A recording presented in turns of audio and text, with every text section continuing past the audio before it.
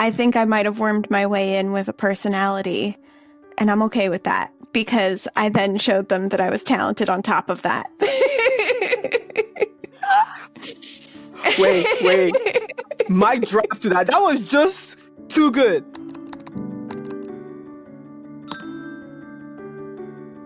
Welcome to another episode of Promoted, a podcast about leaving low-wage work for good.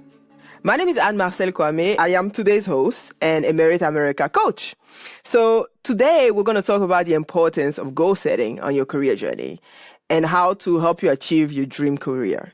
So y'all, I am so excited to welcome today's guest, okay? A creative go-getter who's passionate about the world of data analytics, among other things, okay? Sadie, hello. Hey! Oh my gosh. Hi. Do you remember how we first met? Like literally, like how we clicked. Do you recall? I'm sure thinking I do. We were watching animes together, if I'm not mistaken. Yes, ma'am. I'm so glad you brought up the anime, okay? Y'all, for those of you listening out there, we are huge anime fans and nerds. Sadie and I, me being your coach, it didn't even matter. I remember you came in my Slack DM be like, yeah, so what anime recommendations? Like, what are you watching? I remember that. Did you watch Do you remember that? Oh my God, we can do this all night, okay? But I just want to quickly just get a recap, right? Before we first click on Slack, before you first came to Merit, like, what were you doing? I moved to California and I was a whitewater raft guide in Northern California, which is significantly different than data analytics. Oh, okay. I love that contrast. So I had this question pop up in my mind, right? Because think about a time from when we were young, we always get this question one way or another, whether it's family gatherings, like our parents and all of that. They ask, what do you want to be when you grow up? So what were your career aspirations as a kid or as a teenager growing up? Honestly, I wanted to be a teacher. I thought it would be really cool to be a teacher for like elementary school kids. And I really pushed for that. And honestly, enough people looked at me and said, "Are you sure?" They get kind of overworked and underpaid. And Got it. I let that influence me and sort of discourage me. And I do regret that sometimes. But I really like where I'm at now. And I honestly think where I'm at now is better than if I had been a teacher, because not for nothing, and I know you're not supposed to like live your life for a boy or for your partner, but after joining Merit America and getting into this career path, like my whole goals were to work remotely and to have the sort of stability that I could just because now I can go out camping and go out rafting and have all of those fun things because I can, structure my time and I have the stability to do that. But my partner is getting his PhD right now and I'm fully supporting him through his PhD. And when he finishes it, I can go wherever I want with him, and like, that's really, really cool. I like that I can go anywhere and still have my job no matter what it is, Wow. I do know. I do know. I just want to, take a moment to just sit with that, Yeah. That's a win. And when he finishes, if we end up moving to, Texas or Washington State, like I'll still be doing my thing and I'll have that stability to continue working in my career. I really like that you hit on stability. It's so important. And you really I really get present to that once I grew up, right? And it like in my days going to school, it's like, well, okay, I can just go doing this, but like stability is so very important. I can see the clear connection between the flexibility, the remote role, and the stability that you were seeking. And it all connects with this world of data analytics. I wonder, what sparked up your desire or your your orientation, or like what sparked up that want of wanting to be a data analyst? What was it like? What was that moment Sadie was like, data analytics, say more? I joined Merit America because I thought, I'm a millennial. I can do some tech stuff, but I want a remote position. I don't necessarily want to do like actual tech support where it's, have you tried turning it off and on again? Yeah. And once I joined your crew, honestly, I said, oh, this is incredible. I've got this. I can really flourish here. I have all of these points and it has all the points for me. I joined your squad and I think, honest to goodness, like you are a big part of that because you have such an incredible amount of enthusiasm. But the fact that we nerded out together, I mean, I vibed with you so hard that I was like, oh, I can conquer a mountain right now because I've got such a great supporting person with me who's like guiding me on this journey. And it felt so good, There's a clear connection here, you just said, especially when you hit on the word, like it was such a vibe and inspiration, and you can conquer a mountain in the world.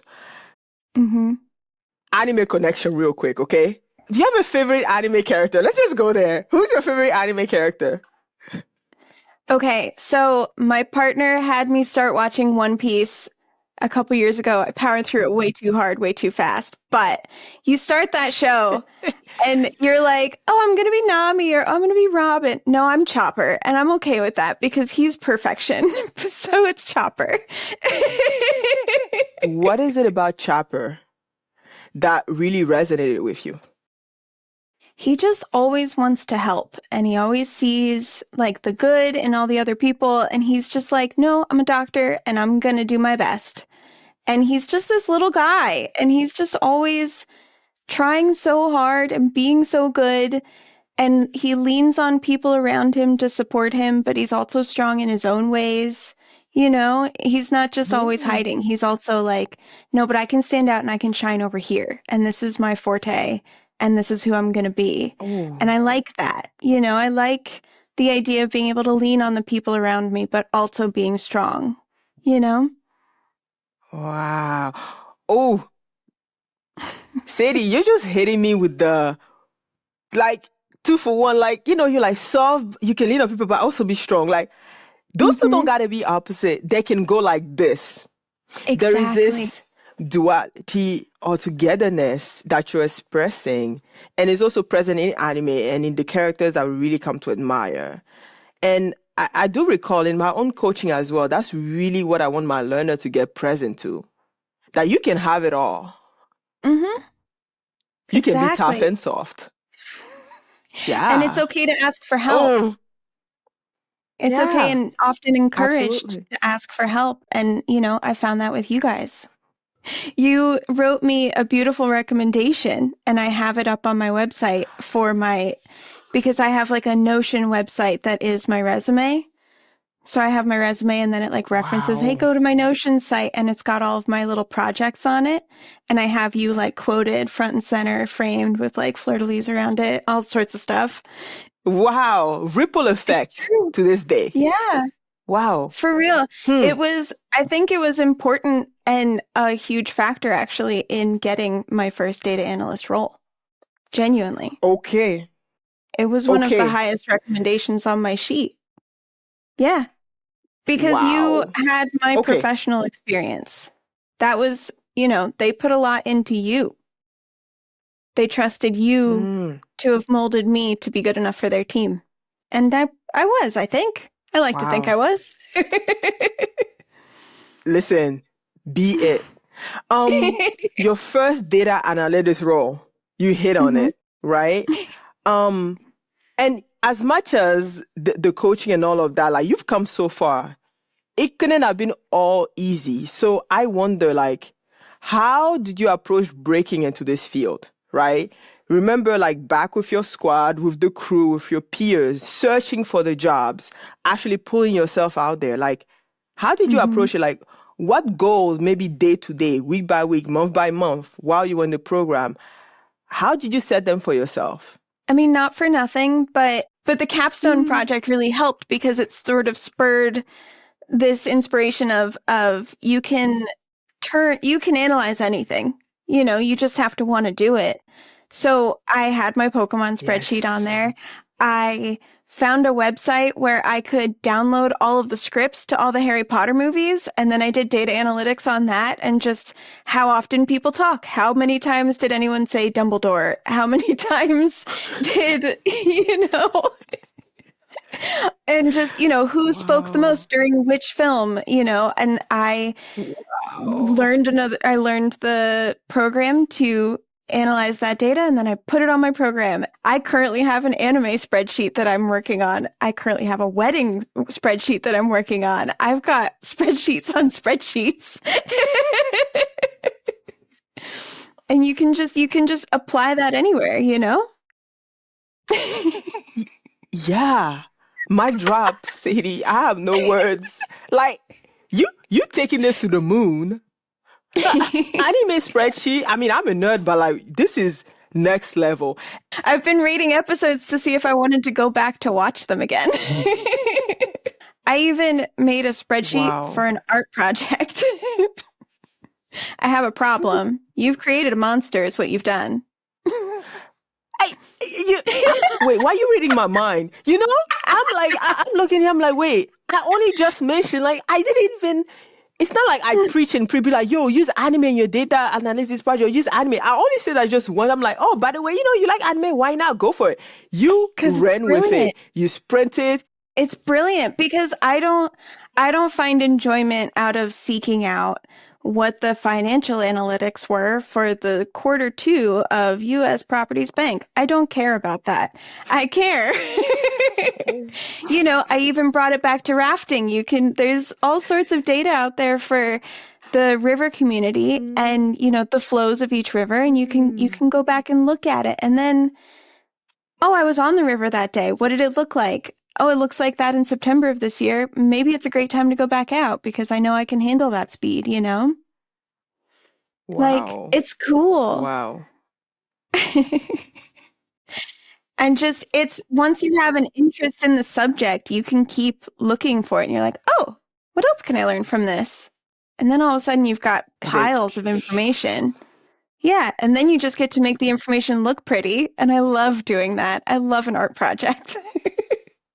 and I mean, duh, you are creative. I mean, you are really one of the most creative people I knew. Like out of all my learners that I really coach, Aw. and I can say that for sure. And I mean, and you're living proof of that to this day. Hmm. How do you communicate your creativity and your skill? Because where this question is coming from is I know many learners come to the program like, I'm not good enough. I don't have what it takes. I don't have job experience. I don't have anything to show. But Hmm. hey, you bringing that creativity to the table. How are you communicating that, hey, I'm a data analyst, I have experience while you on the job search? You know what? And that's still to your credit because I recorded that Pokemon video and then you made everybody watch it. And all the commentary during watching it, everybody was like, oh my gosh, Sadie, you're so talented. And I was like, oh, my ego is going wild right now. And it gave me the confidence to post it. It's on my Oh my God. resume. It is, You, I have a talent. wow. It was so good. I remember I also made a LinkedIn post when I was talking about the connection between owning your inner anime fandom and bringing it to the table at your job search. And I was like, you know what? By the way, Sadie did that. She crushed it. Look at the Pokemon video. Check. And Sadie, I can see that in hindsight, you had fun, you were having fun. I can also imagine there were times where maybe people say no to you because like, this doesn't fit. So I wonder, how did you handle any sort of rejection or setbacks even? Like not even rejection, like setbacks in your job search, whether it was personal in your day-to-day life or while out there on the job search field. Yeah, I mean, it was certainly tough because Hmm. so I got my first data analytics job and I was having just the best time. I really enjoyed my team. Really liked my boss. He was just a really good human being. And then company cutbacks. I got laid off. I was first in, first out kind of deal. And that sucked, because it really just felt like that was my first shot and I wasn't good enough to stay. And it was a really huge blow, But one of the programs that we used in Merit America, I purchased the full version and I committed so hard to just practicing every single day and getting better at the job that I was doing. And like, it was still tough to find jobs because I didn't have boatloads of experience. But, and I think half of an interview is, hi, I'm Sadie, and you're going to work with me for the next 40 hours, for the next however many years, Like, they also have to like me on top of being capable of doing my job. And I think I might have wormed my way in with a personality, and I'm okay with that because I then showed them that I was talented on top of that. Wait. Mic drop to that. That was just too good. Basically, you warm your way in with personality, and then you're like, Shlah! I'm talented. What? Oh, this is so genius, Sadie. This is why I'm like, you're a go-getter. And you know what? What I love about you, you're not just like the go-getter, like, yeah, I'm here to just get it. You're like, hey, I'm Sadie. I exist. You're going to like me, and I'm going to crush it with you. I'll do my very best to crush it. That's absolutely true. Ooh. I mean, wow. So I want to just, thinking about like the present you, Sadie, talking to maybe like Sadie back in 2022 was when you joined my squad, by the way. Oh, don't tell me. 3 years ago. Or, yeah. Or if you were talking to a learner looking to join the program of data analytics right now, and they have no idea where to start, what would you say? What is something that they can do for themselves to take a first step that is distinct from external factors? First and foremost, practice and everything and, acquire the skill in the first place. But I think genuinely the thing that helped me the most was having a support system, whether that was you or my partner or the other learners in my group. I even had a friend who went through a similar program as Merit, but wasn't Merit at the same time as me. And, we started applying for jobs at the same time. And it was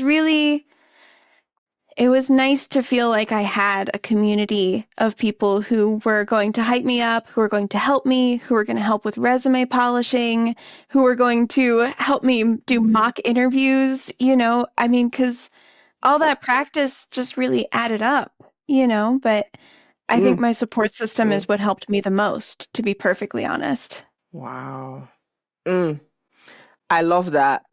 And if I were to put it in another word, it would be community.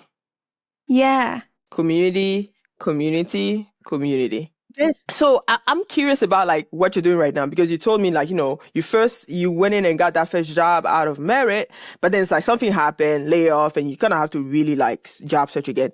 Can you tell me about like what your current role is, like what you're up to, what that looks like? Oh my God. Are you so excited?